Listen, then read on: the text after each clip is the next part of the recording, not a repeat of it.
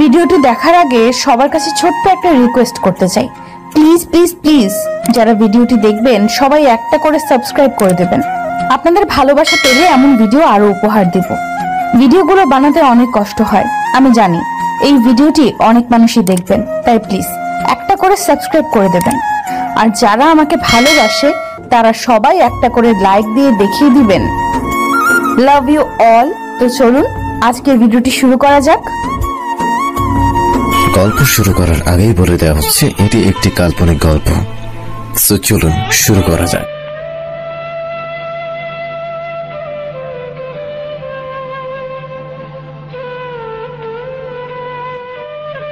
চান্দু, তোমার এই আশা জীবনেই পূরণ হবে না, কারণ আমি তোমাকে এত সহজে ছেড়ে কোথাও যাব না। সেটা সময়ই বলে দিবে। তাছাড়া তোকে দিয়ে কিভাবে ডিভোর্স পেপারে সাইন করাতে হবে সেই কথাও আমি জানি।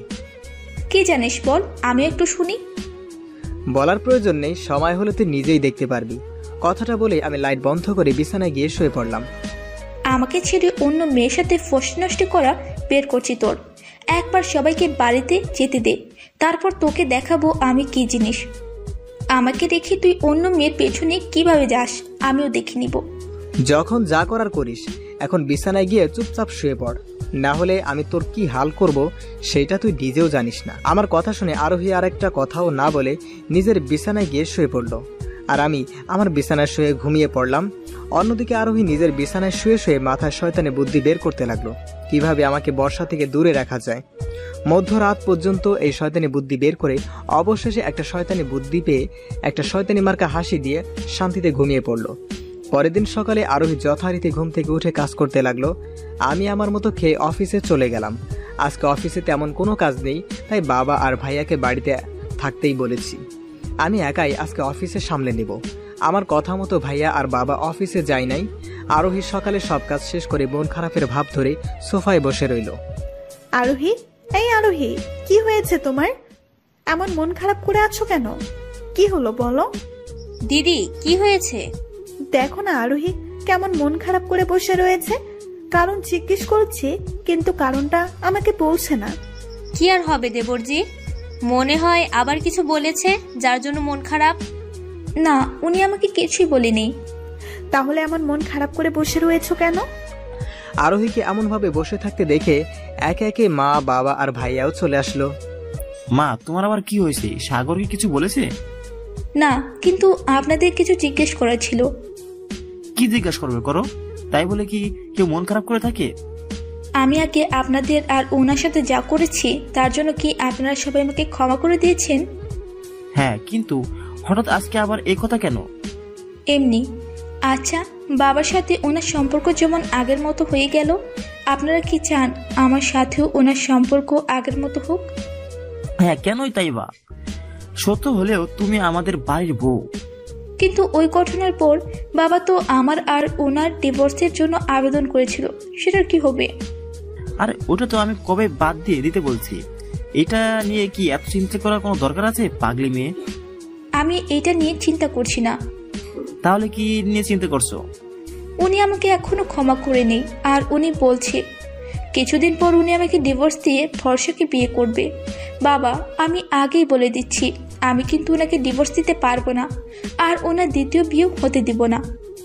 বিয়ে করবে বললেই হলো নাকি? আমরা আসি না, আমরা বাধা দিব না। আমরা কেউ কিছু করব না। কেন মা? চাই না, কিন্তু আমার ওর বিয়ে আটকাতে পারবো না। কেন মা? তোমার বাবা যেমন সাগরের সাথে খারাপ ব্যবহার করেছিল আর তার জন্য অনেক কষ্ট পেয়েছিল, আবার ওর মন জয় করেছে, তেমনি যদি তুমি সাগরের বউ হিসেবে থাকতে চাও তাহলে তোমাকে ওর মন আবার জয় করতে হবে। আমরা অবশ্য তোমাকে সাহায্য করতে পারি। ঠিক আছে, আমি তাহলে ওনার মন আবার জয় করে ছাড়বো, কিন্তু তার জন্য যে বাবাকে আমার একটা কাজ করে দিতে হবে। কি কাজ বলো, আমি করব। ঠিক আছে, তাহলে শুনুন। এগুলো গুপ্ত শব্দ, পরে জানতে পারবেন। ঠিক আছে, আমি কাজটা করে দিব। আচ্ছা, আমি তাহলে এখন রান্না বসাই। ঠিক আছে। আরোহী খুশিতে লাফাতে লাফাতে রান্নাঘরে চলে গেল, কারণ আরোহী বাবাকে যে কাজটি করে দিয়েছে সেই কাজটা করা হয়ে গেলে আমার জীবনের মোড় ঘুরে যাবে।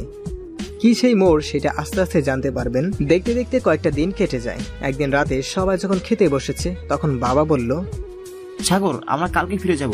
তুই কি আমাদের সাথে যাবি নাকি এখানে থেকেই অফিসে দেখাশোনা করবি? বাবা, আমি এখানে থেকেই এই অফিসে দেখাশোনা করতে চাই। আমি এখানকার অফিসের মানুষদের সাথে অনেকটা চেনা পরিচিত হয়ে উঠেছি। ঠিক আছে, তাহলে তুই এখানে থাক। কালকেই ফিরে যাওয়ার কি দরকার? আর কিছুদিন থেকে যেতে পারতে না? না রে, এখানে থাকলে আমাদের ওই অফিসের কাজগুলো দেখবে, তাই আমাদের বাড়ি ফিরে যেতে হবে। ঠিক আছে, তাহলে যাও। তুইও আমাদের সাথে চল। এখানে একা একা থেকে কি করবি? আমি এখানে একা কোথায়? অফিসের সবাই তো আমার আপনজন হয়ে উঠেছে, তাদের ছেড়ে আমি কিভাবে যাই বলো? ঠিক আছে, তুই যা ভালো বুঝিস তাই কর। আরো কিছু কথা বলে সবাই ঘুমাতে চলে যায়। পরের দিন দুপুরে সবাই বাড়িতে ফিরে যাবে, তাই আমি আর আজকে অফিসে যাইনি। সবাই বাড়িতে চলে যাবে শুনে যতটা না কষ্ট পেয়েছি তার চেয়ে কয়েকগুণ খুশিও হয়েছি, কারণ আজকে আমার দুই চোখের শত্রু সবার সাথে চলে যাবে আর আমি শান্তিতে আমার জীবন কাটাতে পারবো। দেখতে দেখতে পরের দিন দুপুর হয়ে গেল। সবাই রেডি হয়ে নিচে আসলো, কিন্তু আরোহী সাধারণ পোশাকে নিচে আসতে দেখে কিছুটা অবাক হলাম। তাহলে কি আরোহী সবার সাথে ফিরে যাবে না? না, এটা হতে পারে না। ও এখানে থাকলে আমি শান্তিতে বাঁচতে পারবো না। ও এখানে থাকলে আমার জীবনটা নরক বানিয়ে দিবে। মা, তুমি কিন্তু আরো কয়েকটা দিন এখানে থেকে যেতে পারতে। হ্যাঁ দেবরজি, একদম ঠিকই বলেছ। সবার দেখাশোনা করার জন্য এ বাড়িতে তো আমি ছিলাম। আমি জানি বৌমা, তুমি ছিলে। বিয়ের পর আমি তোমার বাবাকে ছাড়া কোথাও থাকিনি, তাই চলে যেতে হচ্ছে। তাছাড়া যখন মন চাইবো তখনই তো আসতে পারবো। তোমার আসতে হবে না। তোমার যখন আমাকে দেখতে মন চাইবে তখন আমাকে ফোন দিও, আমি চলে যাব। আচ্ছা। আর শোনো, তোকে একা রেখে গেলে তো তুই আবার হোটেলে খাবার খেতে শুরু করবি, তাই আমি বৌমাকে এখানে রেখে যাচ্ছি। ও তোর ভালো মতো খেয়াল রাখবে। কি বৌমা, আমার ছেলের খেয়াল রাখতে পারবে না? হ্যাঁ মা, পারবো। মা, ওকে এখানে রেখে যাওয়ার কোনো দরকার নেই। আমি নিজের খেয়াল নিজে রাখতে পারবো। দরকার পড়লে আমি কাজের বুয়া রেখে দিব, তবুও ওর এখানে থাকার কোনো দরকার নেই। তোকে এত বেশি বুঝতে বলেছে কে? আমি ওকে এখানে থাকতে বলেছি, যখন ও এখানে থাকবে। ও এখানে থেকে কি করবে? না পারে বাড়ির কাজ করতে, না পারে ঠিকমতো রান্না করতে, শুধু শুধু এখানে থেকে কি বা করবে? কে বলেছে ও রান্না আর বাড়ির কাজ করতে পারে না? আমি ওকে সবকিছু শিখিয়ে দিয়েছি, তোরা তো ভাবতে হবে না। তাছাড়া ও আমাদের সাথে ফিরে গিয়ে কি বা করবে? সারাদিন মন খারাপ করে তোর কথাই তো ভাববে। আমার কথা ওর ভাবতে হবে না। যদি মন খারাপ করে থাকে তাহলে ওকে ওর বাড়িতে পাঠিয়ে দিও, তাও আমি ওকে এখানে থাকতে দিব না। বৌমা তো ওর বাড়িতে যেতে পারবে না। কেন? এমন কি হয়েছে যার জন্য ও বাড়িতে ফিরে যেতে পারবে না? বৌমা, যখন আমাদের ওইসব সত্যি কথা বলছিলে তখন ওর মা বাবাও সেখানে উপস্থিত ছিল।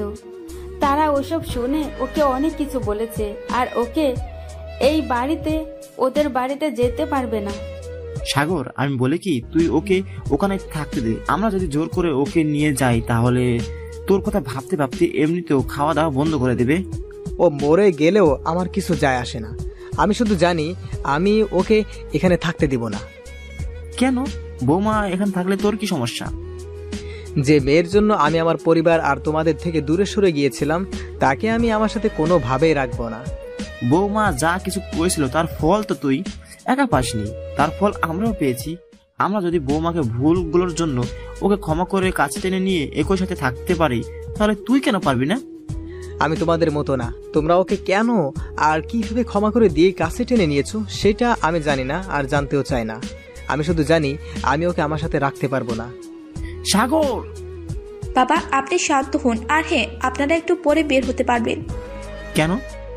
আমি আপনাদের সাথে যাব। ও যখন আমাকে এখানে থাকতে দিতে চায় না, তাহলে আমি আর জোর করব না। তাছাড়া আমি চাই না আমার জন্য আবার আপনাদের মধ্যে কোনো সমস্যা হোক। আমার জন্য যদি আপনাদের মাঝে আবার সমস্যা হয়, তাহলে আমি নিজেকে জীবনেও ক্ষমা করতে পারবো না। তাই আমি আপনাদের সাথে ফিরে যাব। আমাদের সম্পর্কের কথা চিন্তা করে যদি তুমি সাগরের থেকে দূরে থাকতে চাও, তাহলে যে তুমি একদিন সাগরকে হারাবে। আমার কপালে হয়তো ওকে পাওয়া লেখা নেই, কারণ ও যখন আমাকে ভালোবেসে জোর করে বিয়ে করেছিল তখন আমি বুঝিনি আর ওকে দূরে ঠেলে দিয়েছি। আজকে যখন আমি ওর কাছে ফিরে যেতে চাচ্ছি তখনও আমার উপর রাগ করে আমাকে দূরে ঠেলে দিচ্ছে। তুমি যদি আজকে এভাবে নিজের ভুল না শুধরিয়ে আমাদের সাথে চলে যাও তাহলে তো আর কখনোই শুধরানোর সুযোগ পাবে না। বৌদি, আমি ভুল করেছিলাম, আমি জানি, কিন্তু ও যদি আমাকে সেই ভুলটা শুধরানোর জন্য একটা সুযোগ না দিয়েই আমাকে দূরে ঠেলে রাখে তাহলে কিভাবে আমি ভুল শুধরাবো বলতে পারবেন? তুমি যদি আজকে আমাদের সাথে চলে যাও তাহলে হয়তো কোনো একদিন সাগর কাউকে বিয়ে করে আমাদের সামনে উপস্থিত হবে, তখন তো তুমি সব হারাবে। ও যদি আমাকে ছেড়ে অন্য কোনো মেয়েকে বিয়ে করে সুখী থাকে তাহলে আমি তাতেই খুশি। তাছাড়া আমার কাছে তো আপনারা আছেন। ও আমার সাথে না থাকলে আমার একটু কষ্ট হবে, কিন্তু ধীরে ধীরে সব মানিয়ে নিব। তাই বলে এইভাবে নিজের অধিকার ছেড়ে দিবে? মা, আমি তো কখনো অধিকার পাইনি, তাহলে ছেড়ে দেওয়ার কথা আসছে কেন? এখন আর কারোর কিছু বলার ভাষাই নেই। আপনারা একটু অপেক্ষা করুন, আমি এখন তৈরি হয়ে আসছি। দেখছিস মেয়েটা তোকে কতটা ভালোবাসে, এত ভালোবাসার পরেও তুই ওকে দূরে ঠেলে রাখবি? হ্যাঁ, রাখবো। সাগর, তুই কি রে, এত ভালোবাসা পাওয়ার পরেও কেউ কাউকে এভাবে দূরে ঠেলে রাখে? সেটা আমি বুঝি না। দিদি, ও আমার সাথে যা করেছে তারপরও আমি ওকে ক্ষমা করে আপন করে দিতে পারবো না। ওর চেহারা দেখলে বারবার ওর কাজের কথাগুলো আমার মুখের সামনে ভেসে ওঠে। তাই বলে মেয়েটাকে এইভাবে কষ্ট দিবে? আমি কাউকে কষ্ট দিচ্ছি না। ও যদি নিজে থেকে কষ্ট পেতে চায় তাহলে তো আমি কিছু করতে পারবো না। হয়েছে হয়েছে, এত ভাব করতে হবে না। আচ্ছা, তোর কি মনে পড়ে আমি তোর কাছে যখন চা চেয়েছি তুই তখন আমাকে তাই এনে দিয়েছিস, কখনো ফিরিয়ে দিস নাই? হ্যাঁ, কিন্তু হঠাৎ এই কথা কেন? আজকে তোর কাছে একটা জিনিস চাইবো, এখন বল আমাকে দিবি নাকি? তুমি জানো তোমাকে আমি কখনো ফিরিয়ে দিব না, তাই বলে ফেলো তোমার কি চাই। আমি চাই তুই আরোহীকে তোর সাথে এইখানেই রাখ। আমি বলবো না তুই আরোহীকে ক্ষমা করে কাছে টেনে নে, কারণ কাকে তুই কাছে টেনে নিবি আর কাকে দূরে ঠেলে দিবি বিষয়টা সম্পূর্ণ তোর উপর। আমি শুধু চাই আরোহীকে তুই একটা সুযোগ দে যাতে মেয়েটা ওর ভুল শুধরাতে পারে। আমি ওকে আর কোনো সুযোগ দিতে চাই না, কিন্তু তুমি আমার কাছে ওর জন্য সুযোগ চেয়েছো, তাই আমি প্রতিবারের মতো এইবারও তোমার চাওয়া পূরণ করব। তাই আমি না চাইতেও ওকে আর একটা সুযোগ দিব, আর ওকে এখানে থাকতে দিব শুধুমাত্র তোমার জন্য। এই না হলে আমার ভাই। আমি তৈরি, চলো যাওয়া যাক। তোমাকে আমাদের সাথে আর যেতে হবে না। কেন মা, আমাকে কি আপনাদের বাড়িতে থাকতে দিবেন না? আমার আপনাদের বাড়ির বউর সম্মান চাই না। আমাকে আপনাদের বাড়ির চাকরানি করে নিয়ে রাখলেও আমার দুঃখ নেই। আমাকে শুধু আপনাদের বাড়ির ছাদের নিচে থাকতে দিলেই চলবে। এই পাগলি মেয়ে, এমন করে কান্না করছো কেন? আর এসব কি বলছো? এই যে বললেন আমাকে আপনাদের সাথে নেবেন না, তাহলে আমি কোথায় যাব? তুমি আজকে থেকে সাগরের সাথে এখানেই থাকবে, তাই আমি বলেছি তোমাকে আমাদের সাথেই যেতে হবে না। ওকে আমাকে ওর সাথে রাখবে? হ্যাঁ, আমি ওর কাছে তোমার জন্য একটা সুযোগ চেয়েছি আর সাগর সেই সুযোগ দিতে রাজি হয়েছে। দিদি, আপনাকে কি যে বলে ধন্যবাদ দিব? দিদি বলেছো যখন, তাহলে আর ধন্যবাদ দিতে হবে না। শুধু দেখো এবার যেন আর কোনো ভুল করে বসো না, তাহলে কিন্তু সাগর আর তোমাকে সুযোগ দিবে না। আর সাগর, তুই যেমন আমার কথা রেখেছিস তেমনি আরোহী খেয়াল রাখিস, ওর সাথে কোনো খারাপ ব্যবহার করিস না। ওর সাথে যদি খারাপ ব্যবহার করিস তাহলে কিন্তু আমিও কষ্ট পাবো। ঠিক আছে। তারপর সবাই যাদের বাড়িতে চলে গেল। সবাই চলে যাওয়ার পরেই শুরু হলো আরোহীর পাগলামি, যেগুলো আমার কাছে একদম অসহ্য মনে হয়। দিদিকে কথা দেওয়ার জন্য কিছু বলতে পারছিলাম না আর সহ্যও করতে পারতেছিলাম না। পরের দিন সকালে আমি ঘুমিয়ে রয়েছি, তখন হঠাৎ করে কে যেন আমার শরীর থেকে ল্যাপ সরিয়ে দিল।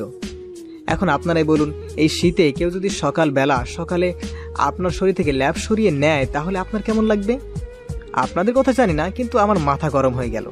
আমি বিছানা থেকে উঠে সামনে তাকিয়ে দেখে আরোহী হা হা করে হাসছে। এমনিতেই তো আমার শরীর থেকে ল্যাপ সরিয়ে নিয়েছে, তার উপর আবার হাসছে। কত বড় সাহস! আমার শরীর থেকে এমন করে ল্যাপ সরিয়ে নিলি কোন সাহসে? আবার তোর কত বড় সাহস আমার সামনেই দাঁড়িয়ে আবার হাসছিস? কেন, তুমি ভাগনা ভালুক যে তোমার সামনে হাসা যাবে না? সেটা তোর জানতে হবে না। সকালে আমার শরীর থেকে ল্যাপ সরিয়ে নিলি কেন? তোমাকে আমি সেই কখন থেকে দেখেছি, কিন্তু তোমার ঘুম থেকে ওঠার কোনো নাম গন্ধ নাই, তাই বাধ্য হয়ে আমি তোমার লেপ সরিয়েছি। এত সকালে ডাকার কারণ কি? বাড়িতে তো কোনো শাকসবজি নেই, তাই তোমাকে বাজারে গিয়ে বাজার করে নিয়ে আসতে হবে। পারবো না আমি বাজার করতে। তোর যদি এতই খেতে ইচ্ছে করে তাহলে তুই গিয়ে বাজার করে নিয়ে আয়। সত্যি তো? তুমি বাজারে যাবে না? তুই কি আমাকে তোর চাকর ভেবেছিস নাকি যে তুই যা বলবি আমি সেইটাই সাথে সাথে করে দিব? তাছাড়া আমি তোকে এখানে থাকতে বলিনি, তুই নিজের ইচ্ছেতে এখানে থেকেছিস। তাই তুই যদি এখন এখানে না খেয়ে মরেও যাস তাহলেও আমি দায়ী না। আমি এত শত কথা শুনতে চাই না, আমি শুধু জানতে চাই তুমি বাজারে গিয়ে বাজার করে আনবি কিনা, না হলে আমি অন্য কিছু করব। না, আনবো না। তোর যা করার তুই করতে পারিস, এখন এখানে দাঁড়িয়ে বকবক না করে দূরে গিয়ে মর। ঠিক আছে, আমিও দেখছি তুমি কত সময় শুয়ে থাকতে পারো। যা যা, তোর যা করার কর, কিন্তু তুই মরে গেলেও আমি আজকে তোকে বাজার করে এনে দিব না। আমি আমার মতো ল্যাব গায়ে দিয়ে শুয়ে পড়লাম, যে আবার ঘুম আসবে সেই খেয়াল করলাম আমার মোবাইল বাজছে। না, এই মোবাইলও এখন একটা ঝামেলার বিষয় হয়ে উঠেছে, সময় অসময় দেখে না দেখে শুধু বেজে ওঠে। এইসব বলে ইচ্ছা না থাকা সত্ত্বেও মোবাইলটা ধরলাম। হ্যালো সাগর, এসব আমি কি শুনছি? কি শুনছো দিদি? তুই না আমাকে কথা দিয়েছিলে তুই আরোহীকে ওর ভুল শুধরানোর জন্য একটা সুযোগ দিবি? আমি তো ওকে সুযোগ দিয়েছি, তাই তো আমি ওকে এখানে থাকতেও দিয়েছি।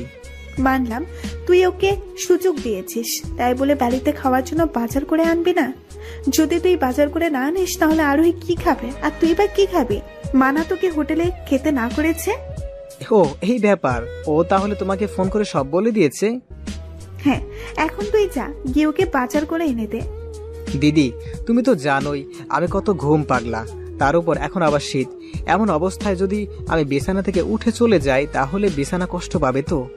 বিছানা কষ্ট পেলো কি পেলো না সেটা আমার দেখার বিষয় না, আমি শুধু দেখবো তুই জানি আরোহীকে কোনোভাবে কষ্ট না দিস। তাই এখন গিয়ে বাজার করে এনে দে। ও, এখন তোমার কাছে ওই মেয়ে সব হয়ে গেল? আমার কষ্ট তো তুমি দেখবেই না। ছোট ভাই আমার রাগ করে না, তুই তো জানিস আরোহী আমাদের বাড়ির বউ, তাই ও কষ্ট পেল না কিনা সেটা দেখা আমাদেরই তো দায়িত্ব। ঠিক আছে ঠিক আছে, আমি যাচ্ছি বাজার করতে। আর শোন, কি? এরপর থেকে ও তোকে যখন চা আনতে বলবে সেটা তুই এনে দিস, ওর জানি কষ্ট করে আর আমাকে ফোন দেওয়ার প্রয়োজন না পড়ে। আচ্ছা দিব, এখন রাখছি। এখন আর কি করার, আমাকে আমার ঘুম বিসর্জন দিয়ে বাজারে যেতে হলো। আমিও বিছানা ছেড়ে উঠে ফ্রেশ হয়ে বাজারে চলে গেলাম। বাজার থেকে ফিরে এসে আরোহীর হাতে বাজার দিয়ে আমি অফিসে যাওয়ার জন্য তৈরি হতে গেলাম। উপরে থেকে তৈরি হয়ে এসে নিচে এসে দেখি আরোহী নাস্তা করে ফেলেছে। আমি নাস্তা করে অফিসে চলে গেলাম। অফিসে গিয়ে আমি আমার মতো অফিস করতে লাগলাম। প্রায় 1 ঘন্টা পর কেউ একজন আমার ক্যাবিনে প্রবেশ করলো। হ্যাঁ আসুন। আমার খাবার আপনার কাছে কিভাবে? এ কি, তুই এখানে কি করিস? কি করি সেটা তো আগেই বলেছি। তুই আবার অফিসের ঠিকানা পেলি কোথা থেকে? বাবার কাছে থেকে নিয়েছি। আমার খাবার আমাকে দেওয়া শেষ? হ্যাঁ। তাহলে এখান থেকে এখন চুপচাপ চলে যা। না, আমি তো যেতে পারবো না। কেন? আমি চলে গেলে অফিসের কাজগুলো কে করবি? অফিসের কাজগুলো কে করবে মানে কি? আর তুই অফিসের কাজ করার কে? আমি তো তোকে এর আগে কখনো দেখিনি। মানে আজকে থেকে আমিও এই অফিসে কাজ করব। কে তোকে চাকরি দিয়েছে? আর তুই এখানে কি চাকরি করবি? তোমার পেয়ে হিসেবে। তুই কি পাগল হয়ে গিয়েছিস? কি সব উল্টাপাল্টা বলছিস? আমার পিএ তো বর্ষা, তোকে আমার পিএ হিসেবে কে চাকরি দিয়েছে? বাবা। কি? বাবা? হ্যাঁ। আবার আমাকে মিথ্যা বলছিস?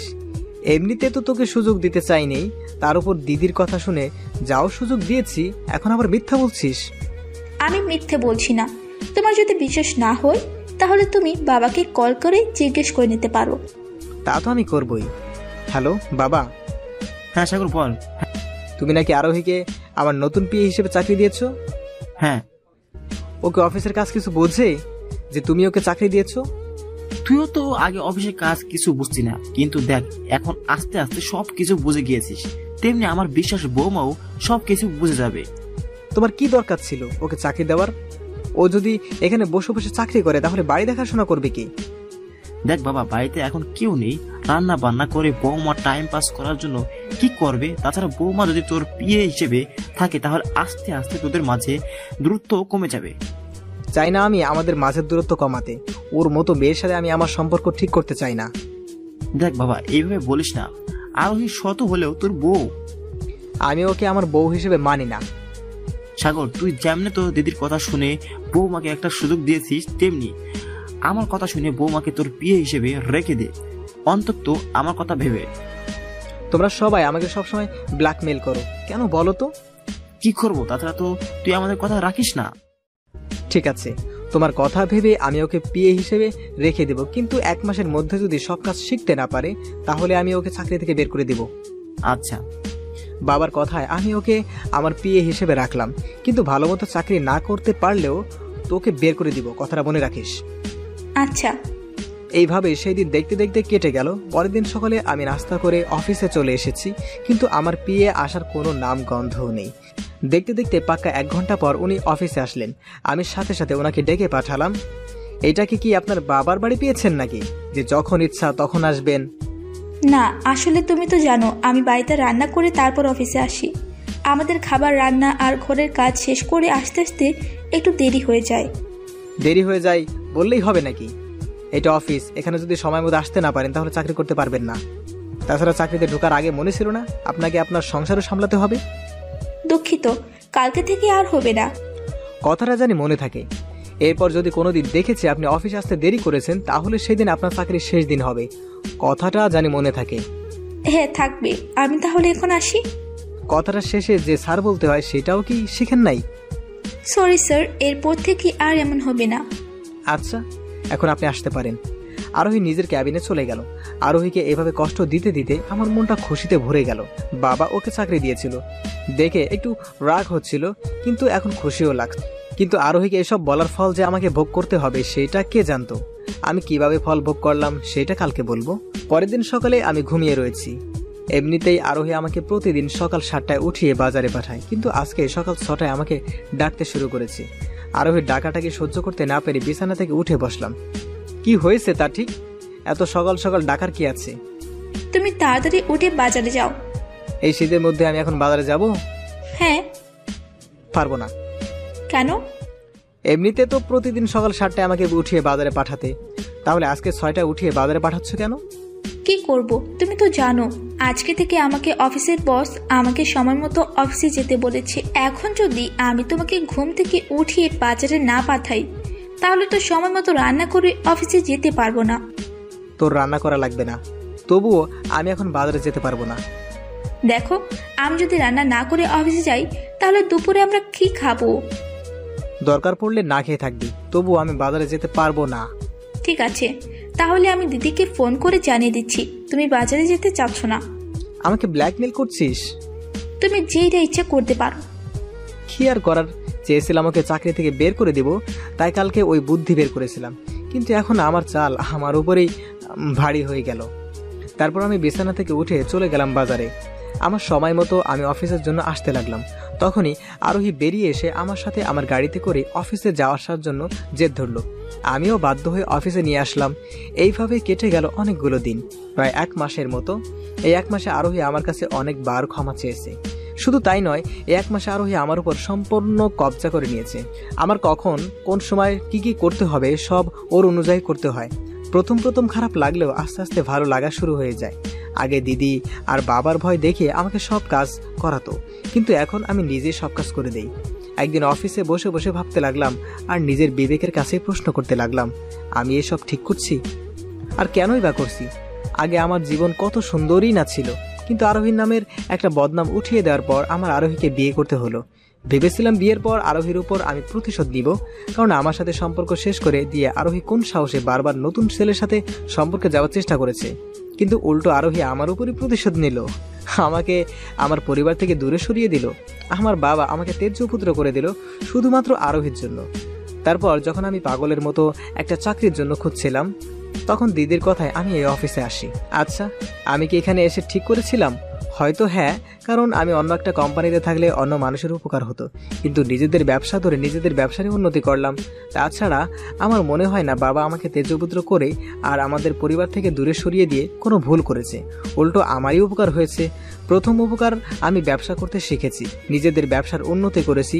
দ্বিতীয়ত, আমি জানতে পেরেছি আমার পরিবারের সবাই, বিশেষ করে বাবা, আমাকে কতটা ভালোবাসে। আর বাকি রইল আরোহীর কথা। আমার দৃষ্টিতে আরোহী আমার থেকে আমার পরিবারকে দূরে সরিয়ে কোনো ভুল করে নাই। অনেকে হয়তো ভেবেছেন আরোহী মেয়েটা আমার সাথে এত কিছু করলো, তবুও আমি কোন মুখে আর কিভাবেই বা এই কথা বললাম। আমার মতে ওকে ক্ষমা করা উচিত না। আচ্ছা, আপনারা একবার নিজেরাই ভেবে উত্তর দিন তো, আপনি যদি মেয়ে হতেন এবং কোনো ছেলে আপনার বিয়ের দিন অর্থাৎ বিয়ের কিছু সময় আগে হবু বরের কাছে আপনার চরিত্র নিয়ে বিভিন্ন কথা বলতো, তখন আপনি কি করতেন? শুধু যে আপনাকে আপনার হবু বরের সামনে ছোট করেছে তা নয়, আমি যেমন আরোহীর বাবা মা আর আরোহীর মান সম্মান সমাজের মানুষের সামনে নষ্ট করে দিয়েছি, তেমনটাই আপনার বা আপনার নিজের বোনের সাথে করলে আপনি বা আপনার নিজের বোন কি করতেন? আশা করি এর উত্তর আমাকে আর দিতে হবে না। আর বাকি রইল বাবা আর দিদির ব্ল্যাকমেল করা। যদি ব্ল্যাকমেল করে কাউকে ভালো করা যায় তাতে ক্ষতির কিছু আছে বলে আমার মনে হয় না। অনেকেই বলতে পারেন আমি তাহলে এখন আরোহীকে ক্ষমা করে দিচ্ছি না কেন? কারণটা হলো আমি আরোহীর উপর আবার সেরকম বিশ্বাস করি না যে ব্রেকআপের কয়েকদিনের মাথায় নতুন কোনো ছেলেদের সাথে প্রেমে জড়ায় সেই মেয়েকে আমি আমার বউ হিসেবে কি করে স্বীকৃতি দেই? এইসব ভাবতে ভাবতে অফিসের সময়টা শেষ হয়ে গেল। আমি আরোহীকে নিয়ে বাসায় চলে আসলাম। পরের দিন অফিস বন্ধ, তাই আমি দুপুরের দিকে বাসায় আমার রুমে বসে বসে টিভি দেখতেছিলাম। তখন হঠাৎ আরোহী ওর ঘরের থেকে রেগে আমার কাছে আমাকে ধরে দাঁড় করালো। হঠাৎ এসবের মানে কি? মানে তোমার বুঝতে হবে না। তাহলে আমাকে এভাবে দাঁড় করিয়ে কি লাভ পেলেন? লাভ ক্ষতি আমি বুঝি না। আমি তোমার কাছে যা জানতে এসেছি তুমি শুধু আমাকে তার উত্তর দাও। কি জানতে চান বলুন। তুমি কি জীবনেও আমাকে মেনে নিবে না? না। কেন? আমি কি এমন ভুল করেছি যার জন্য তুমি আমাকে মেনে নিতে পারবে না? আমি যে ভুল করেছিলাম সেই ভুলের জন্য তো তোমার কাছে অনেকবার ক্ষমা চেয়েছি, তবুও তুমি আমাকে কেন মেনে নিতে পারবে না? আমি আপনার প্রশ্নের উত্তর দিতে বাধ্য নই। তুই বাধ্য? আমার প্রশ্নের উত্তর তুই তো ভালো তোর বাপও দিবে। রেগে আমার গলায় ধরে আরোহীর বাবার নামে এইসব বলার কারণে মাথায় কিছুটা রাগ উঠে গেল। দেখেন, আমি আপনাকে মারতে বা কিছু করতে চাই না। আমি বলছি আপনার মুখের ভাষা ঠিক করুন, না হলে পরে কিছু করে বসলে আমি দায়ী না। করব না। আগে বল তুই আমাকে মেনে নিচ্ছিস না কেন? তোর মনে জায়গা পাওয়ার জন্য আমি কত কিছুই না করেছি, আর তুই সবসময় আমাকে দূরে ঠেলে দিয়েছিস। কেন রে? আমাকে কি তোর ভালো লাগে না? যদি ভালোই না লাগে তাহলে আমাকে বিয়ে করেছিলি কেন? আমি তো আপনাকে বিয়ে করতে চাইনি। আপনার বাবা, আমার বাবা মিলে আমাকে বাধ্য করেছে আপনাকে বিয়ে করতে। বাধ্য হয়ে যখন বিয়ে করে ফেলছিস তাহলে আমাকে মেনে নিচ্ছিস না কেন? আমি কি এতটাই খারাপ যে আমাকে মেনে নেওয়া যায় না? হ্যাঁ, তুই অনেক খারাপ। শুধু খারাপ না, তুই চরিত্রহীনাও। কি? আমি চরিত্রহীনা? হ্যাঁ হ্যাঁ, তুই চরিত্রহীনা। আর আমি কোনো চরিত্রহীনা মেয়েকে আমার বউ হিসেবে মেনে নিতে পারবো না। আমি কি এমন করেছি যার জন্য তুমি আমাকে চরিত্রহীনা বলছো? যে মেয়ে কোনো কারণ ছাড়াই 2-3 বছরের সম্পর্ক শেষ করে দিতে পারে, তার উপর মাস শেষ হতে না হতে নতুন নতুন ছেলেদের সাথে ভালোবাসার সম্পর্কে জড়ায়, সে যাই হোক তার চরিত্র ভালো না। আর আমি এমন কোনো মেয়েকে মেনে নিতে পারবো না। ও, এই ব্যাপার? হ্যাঁ, এই ব্যাপারই। জানো, প্রথম যেদিন তুমি আমার এলাকার ওই ছেলেটাকে মেরেছিলে তখন বাবা কোনোভাবে জানতে পেরেছিল আমার জন্য তুমি ছেলেটাকে মেরেছ। তাই বাবা আমাকে অনেক মারে আর পরিষ্কারভাবে বলে দেয় তোমার সাথে যদি আমাকে আর কখনো দেখে তাহলে আমাকে আর ভার্সিটিতে যেতে দিবে না, আমার পড়ালেখা বন্ধ করে দিবে। তাই আমি তোমার সাথে ব্রেকআপ করেছিলাম। মানলাম এই কারণে তুই আমার সাথে ব্রেকআপ করেছিলি, তাহলে এরপরে যে ছেলেদের সাথে সম্পর্কে জড়িয়েছিলি সেগুলো কেন? তোমার কি মনে আছে আমার ওই এলাকার ছেলেটাকে মারার পর তুমি কি করছিলে? হ্যাঁ, আমি আরো একটা ছেলেকে মেরেছিলাম। সেই ছেলেকে আর তোকে আমি রিকশায় করে ঘুরতে দেখেছিলাম। হ্যাঁ, সেই ছেলেটা ছিল আমার মামাতো ভাই।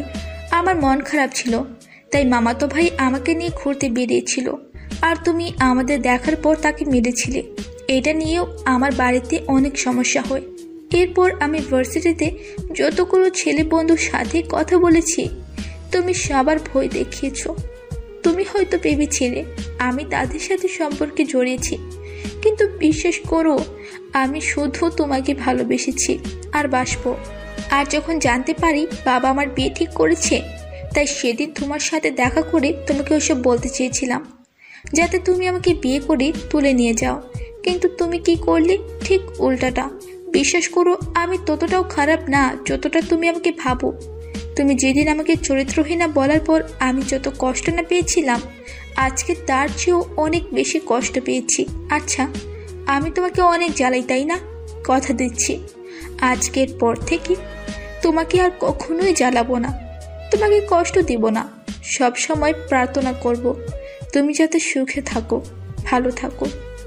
কথাটা বলে আরোহী কান্না করতে করতে আমার ঘর থেকে বেরিয়ে গেল আর আমি বিছানায় বসে পড়লাম। এখন আমি কি করব? আমার কি করা উচিত আমার মাথায় কিছুই আসছে না। আমার এতদিনের ভাবনা আজকে সব ভুল প্রমাণিত হলো।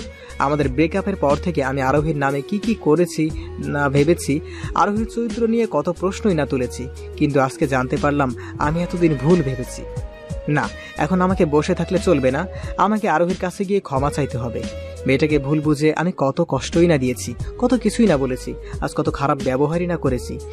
এইসব ভেবে বসা থেকে আরোহীকে খুঁজতে ওর রুমে গেলাম, কিন্তু আরোহীকে সেখানে পেলাম না। তাই সম্পূর্ণ বাড়িতে আরোহীকে খুঁজতে লাগলাম, কিন্তু এত বড় বাড়িতে আরোহীকে কোথাও খুঁজে পেলাম না। হঠাৎ করে আরোহীর শেষ কথাটা মনে পড়ে গেল, ভালো থেকো, সুখে থেকো, আমি আর কখনো তোমাকে জ্বালাবো না। কথাটা মনে পড়তেই বুকটা কেমন কেঁপে উঠলো। হঠাৎ কিছু একটা হারানোর ভয়ে আমাকে জড়িয়ে ধরলো। আমি আর কিছু চিন্তা না করে যে অবস্থায় ছিলাম সেই অবস্থায় আরোহীকে খোঁজার জন্য বাড়ির বাইরে চলে গেলাম। বাড়ি থেকে কিছু দূর যাওয়ার পর খেয়াল করলাম আমি গাড়ি নিয়ে আসি নাই, কিন্তু এখন আর বাড়িতে ফিরে যাওয়ার কোনো সময় নেই। দৌড়ে রাস্তা দিয়ে আরোহী আরোহী বলে চিৎকার করতে করতে আরোহীকে খুঁজতে লাগলাম। এখানে সেখানে শহরের এই রাস্তা সেই রাস্তা কোথাও বাকি রাখলাম না।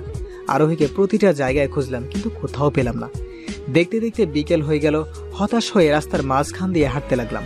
হঠাৎ কেউ একজন আমাকে ধাক্কা দিয়ে রাস্তায় ফেলে দিল। রাস্তা থেকে উঠে খেয়াল করলাম আমার থেকে দূরে আমার প্রাণের প্রিয় মানুষটি শুয়ে আছে। হ্যাঁ, এটা অন্য কেউ না, এটা আমার আরোহী। ওর মাথা দিয়ে রক্ত বইছে। হঠাৎ কি হলো বুঝতে পারলাম না। চলুন তাহলে একটু পিছনে যাই।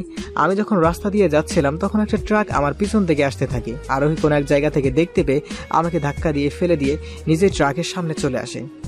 আমি আর কোনো কথা না বলে আরোহীকে চিৎকার দিয়ে আরোহীকে বুকে জড়িয়ে নেই। আরোহী, এই আরোহী, তোমার কিচ্ছু হবে না, একবার দয়া করে চোখ খোলো। আমি কথা দিচ্ছি আমি তোমাকে আর জীবনেও কষ্ট দিব না। তুমি এসেছো? জানো, আমার না অনেক ইচ্ছে ছিল তোমার বুকে এইভাবে মাথা রাখার, কিন্তু আমার কি ভাগ্য, আমার সেই আশাটা কখনোই পূরণ করতে পারিনি। কিন্তু আজকে যখন আমার হাতে বেশি সময় নেই, তখন তুমি ঠিকই আমাকে তোমার বুকে নিয়েছো। আরোহী, তুমি সব কি বলছো? আমি তোমাকে কোথাও যেতে দিব না। এই, তুমি এমন বাচ্চাদের মতো কান্না করছো কেন? আমি তো কোথাও যাচ্ছি না, আমি সবসময় তোমার সাথে থাকবো, তোমার ওই মনের ভেতরে। না, তুমি আমার মনে থাকলে চলবে না, আমাকে তোমার পাশেও চাই। আমি তোমার সাথে এতদিন অনেক অন্যায় করেছি, তুমি কি আমাকে সেইগুলো শুধরানোর একটা সুযোগ দিবে না? তুমি এসব কি বলছো? অন্যায় তো আমি করেছিলাম। আচ্ছা, তুমি কি আমাকে ক্ষমা করে দিয়েছো? যদি ক্ষমা না করে থাকো তাহলে দয়া করে আমাকে ক্ষমা করে দিও। তুমি তো জানো তুমি আমার উপর রাগ করে থাকলে আমি সহ্য করতে পারি না। না না, আমি তোমার উপর একটুও রেগে নেই। আচ্ছা, তুমি কি আমার আর একটা ইচ্ছে পূরণ করবে? একটা কেন, আমি তোমার 1000টা ইচ্ছে পূরণ করব। তুমি শুধু একবার আবার সুস্থ হয়ে ওঠো, আমি তোমার সব ইচ্ছে পূরণ করব। আমার যে আর সুস্থ হয়ে ওঠা হবে না। এই আরোহী, কি হলো তোমার? তুমি এমন করছো কেন? কি হলো, একবার কথা বলো। তুমি শেষবারের মতো আমার কপালে একটা কিস করবে।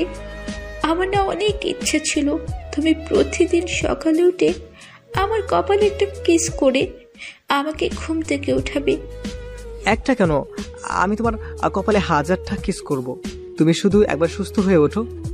এই, কে আছেন? কেউ আছেন? একটা গাড়ি ডেকে দেন, আমি আমার স্ত্রীকে হাসপাতালে নিয়ে যাব। আমাকে হাসপাতালে নিয়ে কোনো লাভ নেই, আমার হাতে যে আর বেশি সময় নেই। কষ্ট করে আমার কপালে একটা কিস করে আমার শেষ ইচ্ছেটা পূরণ করে দাও। কথা দাও, তুমি আর কখনো এমন কথা বলবে না। আমি তোমাকে কিচ্ছু হতে দেব না, আমি তোমাকে কোথাও যেতে দেব না। আরোহীর কপালে গালে সম্পূর্ণ মুখে কিস করতে করতে। দেখো আমার কি কপাল, তুমি যখন ভালোবেসেছিলে তখন আমি দূরে ঠেলে দিয়েছি, আর আমি যখন ভালোবেসেছি তুমি দূরে ঠেলে দিয়েছো। কিন্তু যখন দুজন দুজনকে ভালোবাসতাম তখন আল্লাহ আমাদের দূরে করে দিচ্ছে। আমাকে কেউ দূরে ঠেলে দিতে পারবে না, আমি তোমাকে আমার থেকে দূরে যেতে দিব না। দেখো, পাগলামো করো না, আমি সবসময় শুধু তোমার এক্স গার্লফ্রেন্ডই ছিলাম, কখন আর বউ হয়ে উঠতে পারলাম না। বউ হয়ে ওঠার আগে আল্লাহ আমাকে এই দুনিয়া থেকে উঠিয়ে নিল। কথাটা শেষ করার সাথে সাথেই আরোহী কেমন জানি নিশ্চুপ হয়ে গেল, আর কথা বলছে না।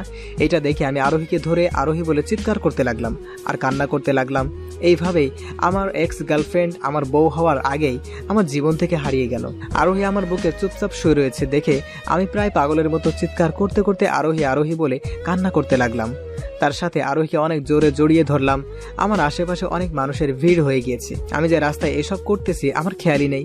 কান্না করতে করতে আমার চোখ দিয়ে জল গড়িয়ে গড়িয়ে আরোহীর বুকে পড়তে লাগলো। কান্না করতে করতে হঠাৎ খেয়াল করলাম কেউ একজন আমার চোখের জলগুলো মুছে দিচ্ছে। তার সাথের হাতটা অনেক নরম, ঠিক যেন আরোহীর হাতের মতো, কিন্তু আরোহী তো আর বেঁচে নেই। তাহলে হাতগুলো কার? তাই দেখার জন্য সাথে সাথে নিচে তাকালাম। নিচে তাকিয়ে দেখে আরোহী কাঁপা কাঁপা রক্তাক্ত হাতে আমার চোখের জল আস্তে আস্তে মুছে দিচ্ছে। আরোহী জীবিত দেখে আমার কাছে মনে হচ্ছে আমি যেন আমার জীবন ফিরে পেলাম। তুমি যদি এইভাবে পাগলের মতো কান্না করতে থাকো তাহলে যে আমি মরেও শান্তি পাবো না। এই চুপ, একদম চুপ। আর কখনো মরার কথা মনে আনবে না। আমি তোমাকে মরতে দিব না। আমি বেঁচে থাকলে তো তোমাকে অনেক জ্বালাবো, তখন আবার তুমি আমার উপর রাগ করবে। তোমার যত ইচ্ছে আমাকে জ্বালাবে, আমি কিচ্ছু বলবো না, তবুও তুমি আমাকে ছেড়ে যেও না। আমি বেঁচে থাকলে তো তোমাকে অনেক কষ্ট দিব, আর আমি চাই না আমার জন্য তুমি কষ্ট পাও, তাই তোমাকে ছেড়ে যেতে চাচ্ছি। চুপ, একদম চুপ। আর একবার যদি তুমি মরার কথা বলো তাহলে আমি এক্ষুনি তোমার সামনে গাড়ির নিচে চাপা পড়ে মারা যাব। না না, তুমি আমার জন্য এমন কিছুই করো না। তুমি যদি চাও তাহলে আমি তোমাকে ছেড়ে কোথাও যাব না, তবুও তুমি আমার জন্য নিজের কোনো ক্ষতি করো না। তাহলে এখন চুপচাপ মুখে আঙ্গুল দিয়ে আমার বুকে শুয়ে থাকো। ঠিক আছে। কথাটা বলেই আরোহী তার কাঁপা কাঁপা হাত নিয়ে নিজের মুখ আটকিয়ে রাখলো। আরোহীকে এই অবস্থায় দেখে আমার অনেক হাসি পাচ্ছিল, কারণ আরোহীকে যেমন পিচ্ছি পিচ্ছি লাগছিল তেমনি অনেক মায়াবীও লাগছিল। কিন্তু এই সময় আমার হাসলেও চলবে না। আমাকে যে আরোহীকে নিয়ে হাসপাতালে যেতে হবে, না হলে যে আমি আমার আরোহীকে বাঁচাতে পারবো না। আরোহীর মাথা আমার বুকের সাথে লাগিয়ে রেখে আমি আমার মাথা উঁচু করলাম।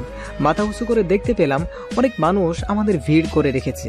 তাদের মধ্যে কেউ কেউ মোবাইলে ছবি তুলছে, আর কেউ কেউ ভিডিও করছে, কিন্তু কেউ আমার আর আরোহীকে হাসপাতালে নিয়ে যাওয়ার কোনো ব্যবস্থাই করছে না।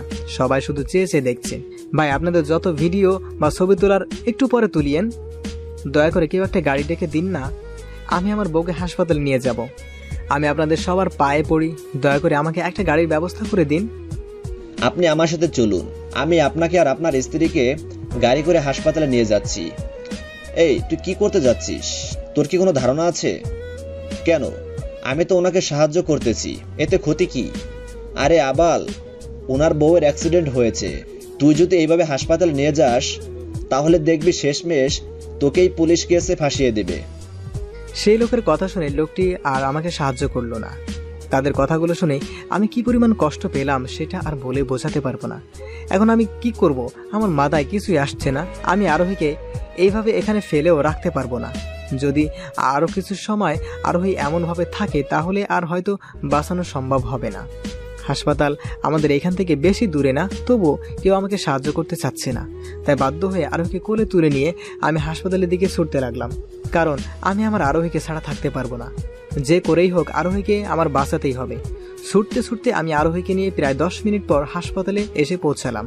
একটা কথা বলে রাখা ভালো, আমরা যখন এখানে বাড়ি কিনেছিলাম তখন বাবা এখানের কোনো একটা হাসপাতালের ডাক্তারকে আমাদের সাথে পরিচয় করিয়ে দিয়েছিল, যাতে কোনো সমস্যা হলে সাথে সাথে তাকে পেতে পারি। চলেন এবার গল্পে ফিরে চলি। আমি আরোহীকে আমার বুকের সাথে জড়িয়েই হাসপাতালের ভিতরে প্রবেশ করলাম। ডাক্তার ডাক্তার বলে চিৎকার করতে লাগলাম। কি হয়েছে আর এমন করে ডাকছেন কেন? আর ওনার শরীরে কি হয়েছে? শরীর দিয়ে এমনভাবে রক্ত বেরোচ্ছে কেন? তাছাড়া উনি আপনার কি হয়? ডাক্তার, ও আমার স্ত্রী। দেখেন না, ও গাড়ির সাথে অ্যাক্সিডেন্ট করেছে। আপনি একটু তাড়াতাড়ি ওর চিকিৎসার ব্যবস্থা করুন, না হলে ও বাঁচবে না। ও, অ্যাক্সিডেন্ট কেস?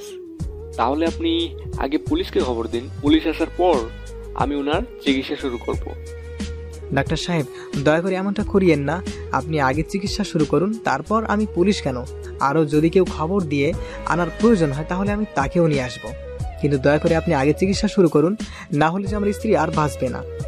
আমরা কিছু করতে পারবো, এইটা অ্যাক্সিডেন্ট কেস, তাই আগে পুলিশ আসবে, তারপরেই আমরা চিকিৎসা করব, কারণ এইটাই আমাদের হাসপাতালের নিয়ম। তোর হাসপাতালের নিয়ম তুই তোর কাছে রাখ। এখন তাড়াতাড়ি চিকিৎসা শুরু কর, না হলে তোকে এখানে মেরে ফেলবো। কি করছেন কি এটা? আপনি আমার কলার ছাড়ুন, না হলে কিন্তু আপনার জন্য ভালো হবে না। আমার ভালো মন্দ আমি বুঝবো, তুই তাড়াতাড়ি চিকিৎসা করা শুরু কর, না হলে কিন্তু আমি তোর অবস্থা খারাপ করে ছাড়বো। Security, security! কলার থেকে হাত ছাড়িয়ে হাসপাতালে একটা ঝামেলা শুরু হয়ে গেল। জি স্যার। ওনাকে এখনই এই হাসপাতাল থেকে বের করুন। আচ্ছা। ডাক্তার সাহেব, আমাকে ক্ষমা করে দিন, আমি রাগের মাথায় ভুল করে ফেলেছি। তবুও দয়া করে আমার স্ত্রীর চিকিৎসাটা করুন, না হলে যে ও বাঁচবে না। এখানে কি হচ্ছে? বড় ডাক্তার এসে, ডাক্তারটি আমার সাথে পরিচিত, যার কথা একটু আগে বললাম, সেই ডাক্তারটি। দেখুন না স্যার, হঠাৎ কথা থেকে উনি উনার অ্যাক্সিডেন্ট করা স্ত্রীকে এনে বলছে চিকিৎসা করতে। আপনি বলুন, পুলিশ না আসলে আমরা কি করে চিকিৎসা শুরু করতে পারি? এই কি সাগর, তুমি এখানে কি করো? ডাক্তার কাকা, সেসব পরে বলবো, আগে আপনি দয়া করে আমার স্ত্রীর অপারেশনের ব্যবস্থা করুন, না হলে যে ও মরে যাবে। তুমি চিন্তা করো না, আমি দেখছি। তারপর ডাক্তার কাকা কয়েকজনকে ডাক দিয়ে আরোহীকে অপারেশন থিয়েটারে নিয়ে গেল, আর আমি বাইরে বসে অপেক্ষা করতে লাগলাম। দেখতে দেখতে কয়েক ঘন্টা চলে গেল। এর মধ্যে আমি বাড়িতে জানিয়ে দিয়েছি আমার পরিবার আর আরোহীর পরিবার প্রায় এলো বলে। সাগর, মা তুমি এসেছো, দেখো না আরোহীর কি হয়ে গেল। কিন্তু ওইসব কি করে হলো? আমি সব খুলে বললাম। বাবা তুই চিন্তা করিস না, দেখবি বৌমা সুস্থ হয়েই ফিরে আসবে। বৌমা কিচ্ছু হবে না। কিন্তু মা, ডাক্তার কাকা আরোহীকে নিয়ে অপারেশন থিয়েটারে তো সে কখন গিয়েছে, এখনো আসছে না কেন? তুই চিন্তা করিস না, একটু পরেই চলে আসবে। কাকা, আরোহী এখন কেমন আছে? সাগর, তোমার কপাল অনেক ভালো, তাই বৌমার কিছু হয়নি। না হলে যেমন ভাবে অ্যাক্সিডেন্ট হয়েছিল তারপর আর কেউ বেঁচে ফিরতে পারে না। কাকা, আরোহীর জ্ঞান ফিরবে কখন? এই কয়েক ঘন্টার মধ্যেই জ্ঞান ফিরে আসবে, তারপর তোমরা ওর সাথে দেখা করতে পারবে। আচ্ছা। দেখতে দেখতে আরো কয়েক ঘন্টা চলে গেল, আরোহীর জ্ঞান ফিরে আসলো। এক এক করে সবাই আরোহীকে দেখতে গেল। অবশেষে আমি গেলাম আরোহীকে দেখতে। আমাকে দেখে আরোহী মুখ অন্যদিকে ঘুরিয়ে ফেললো। কি, আমার চেহারা দেখতে বুঝি তোমার খারাপ লাগছে? তাহলে আমি চলে যাই, তুমি একটু বিশ্রাম নাও। আমি কথাটা বলেই পিছন ফিরে আসতে লাগলাম। তুমি সব সময় এত বেশি বোঝো কেন? কোথায় আমি বেশি বুঝলাম? বেশি বুঝলে না তো কি, আমি কি একবারও বলেছি তোমার চেহারা দেখতে আমার খারাপ লাগে? তাহলে আমাকে দেখে যে মুখ ঘুরিয়ে নিলে? আমি মুখ ঘুরিয়ে নিয়েছি অভিমান করে। কেন, আমার উপর হঠাৎ অভিমান কেন? অভিমান হবে নাই বা কেন? আমার জ্ঞান ফিরেছে সেই কখন। একে একে সবাই এসে আমাকে দেখে গেল, কিন্তু তুমি সবার পরে আসলে কেন?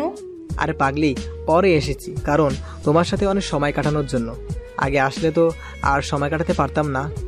আমি এত বুঝি না, এখন তোমাকে আমার অভিমান ভাঙাতে হবে।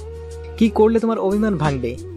যদি তুমি আমাকে জোরে ধরে আমার কপালে একটা কিস করো, তাহলে আমার অভিমান ভেঙে যাবে।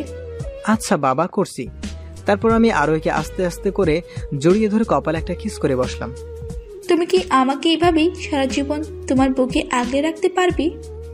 হ্যাঁ, আজকের পর থেকে আমি আর কখনো তোমাকে আমার বুকের থেকে সরিয়ে দিব না, সবসময় তোমাকে আমার বুকের মধ্যে আগলে রাখবো। তুমি জানো আমার কত স্বপ্ন ছিল তোমাকে নিয়ে। বাড়িতে গিয়ে আমি একে একে আমার সব স্বপ্ন পূরণ করব। ঠিক আছে, করো।